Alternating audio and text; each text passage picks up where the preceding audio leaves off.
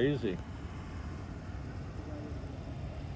Is that did it come that way? No, it was Yeah. in those days it was kind of hard to feed. The process, like what they do on the gun stocks, Yeah. it's like a really thin mylar. You can see it, Mm-hmm. and then they put it on top. They sink it. Mm-hmm. He sprayed it.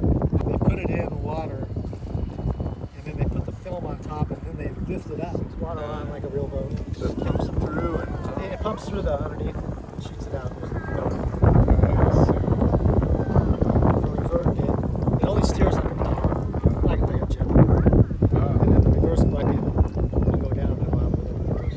oh wow, so I see. So like this drops down and then the Yeah, thing will let's push see. back to go backwards. Oh, look at that. That's reverse. Isn't that cool? That is super.